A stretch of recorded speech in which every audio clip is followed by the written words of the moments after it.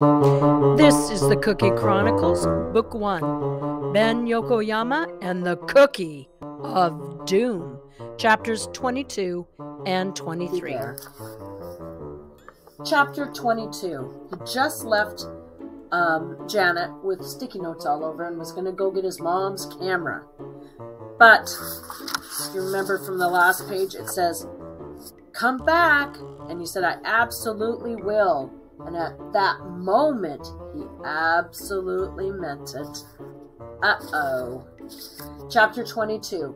Ben really didn't feel like riding his scooter all the way around the block, but instead of going out Janet's front door, he went out the back.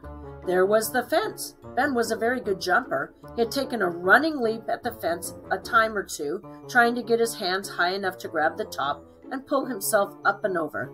But he had never been quite tall or strong enough. Not quite.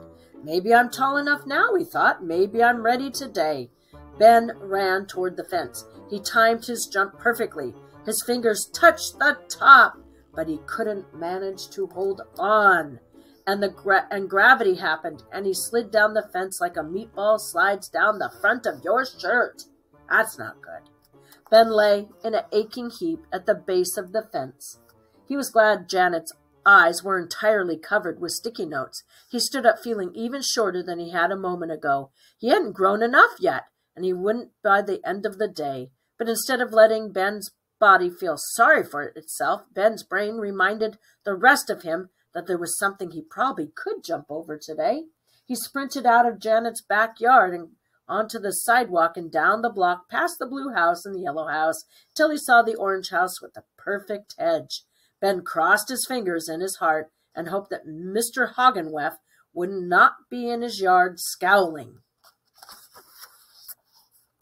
Ben looked all around the yard, and he did not see the keeper of the hedge. He did not see Lovely the grouchy cat. He did not see anything or anyone that could stop him.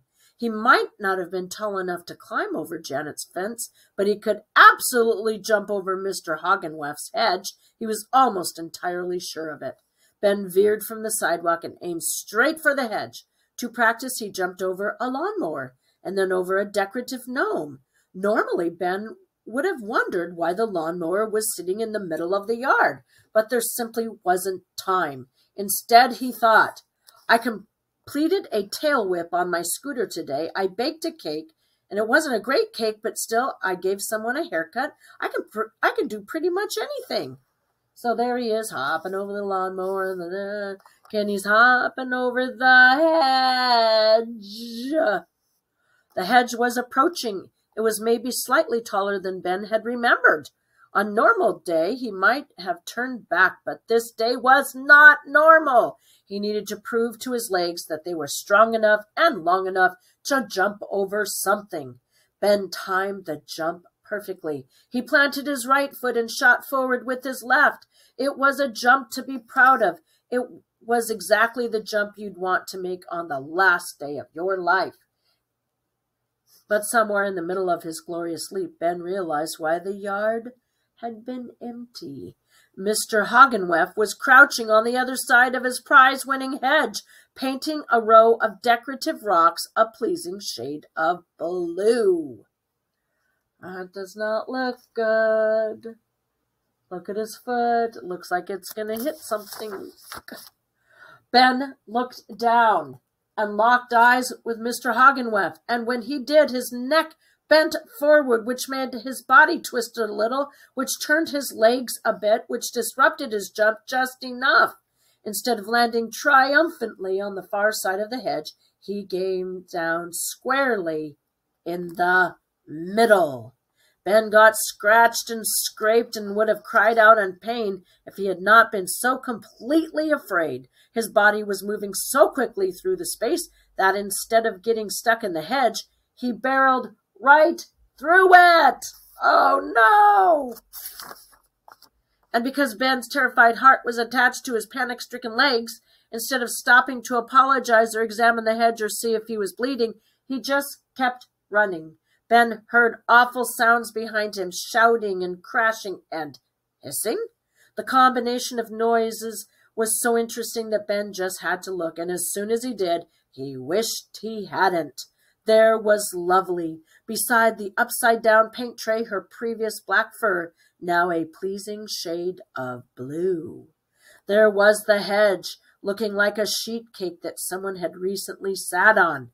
And there was Mr. Hoggenweff, with eyes like the end of the world. Ooh-doo-doo. Ben could have gone back to help out, but it would have been like walking into a burning building, which he knew was not a smart idea. Look at the hedge over there. Uh-oh. Even if you thought it was the right thing to do, Mr. Hoggenweff was shouting. Ben's anguished ears weren't sure what he was trying to say, but his petrified brain was pretty sure it wasn't. Please come back and have some snickerdoodles. Ben kept running. There was no reason to stop. His heart pounded like a bass drum in a rock and roll song. Maybe the hedge will be fine, thought Ben. Maybe Mr. Hoggenweff hadn't recognized him. Maybe Lovely was ready for a change of hair color. Maybe he thought they would all sit around and laugh about this someday. It was what Ben's dad sometimes said when things seemed awful at the moment, but were probably going to be okay in the long run. Ben thought about his fortune and heaved a deep sigh. There wasn't time for the long run to matter. So instead, he made a short run home. Look at him go. Chapter 23. Ben turned into his own street and glanced at the driveway. The blue car still wasn't there. He glanced at the sky. It was only mid-afternoon. He glanced at his list. He was doing a pretty good job. Jump over Mr. Hoggenweff's prize-winning hedge got crossed off. Ben thought about Janet's list. He couldn't fix the rug, but maybe there was something he could do for her. Something bigger than getting a camera and taking a picture. Something that would let her know for sure how sorry he was for making the blue flowers brown. A 5-year-old named Patty and a toddler named Eli lived in the house between Ben's and Mrs. Ezra's. They were splashing in a plastic pool in the driveway. Ben was working on a plan that involved climbing over their fence, but he was going to need their help to pull it off, or at least their bikes. "What are you doing?" said Patty. "Nothing," said Ben. "That's not true," said Patty. "You have a sneaky look." Ben didn't want to get in an argument with Patty, who was just as good as Ben's mom at winning arguments. "I'm going to pick an apple from Mrs. Ezra's yard." "Finally? What do you mean?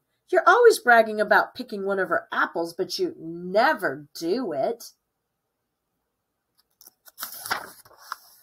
Ben had to admit that Patty was right. He had more than once mentioned to her how easy it would be to climb over the fence, run across the yard, and pick an apple without being caught by Mrs. Ezra or her dog Felicity.